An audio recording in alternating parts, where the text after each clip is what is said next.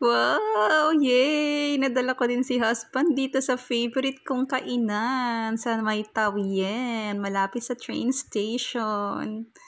Oh my gosh!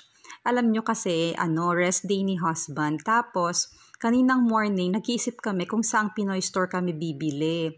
And syempre, pag bumili na kami, doon na din kami kakain kasi medyo malayo yung pupuntahan. Kasi iniisip namin, Chunli or dito sa Taoyuan City, malapit nga sa train station. Tapos, kasi pag sa sa Chungli, ang kakainan namin doon, yung favorite naming kainan is yung yung tinatawag ng mga Pinoy na mang inasal kasi parang lasang mang inasal doon, masarap talaga, alam mo yun.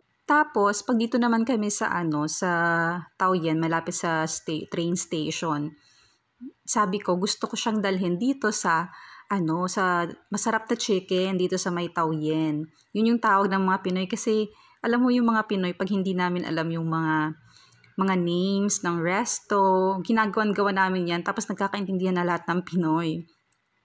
Tapos ayun, tapos tutuwa ako kasi every time na pupunta kami dito, laging tawag dito, may pinupuntahan kaming kainan. Like dinner with workmates, ganon. Or buffet na pupuntahan namin. Kaya, no chance na pumunta dito sa favorite kong chicken house. So, ngayon lang talaga. Ngayon ko lang siya nadala dito. And guess what?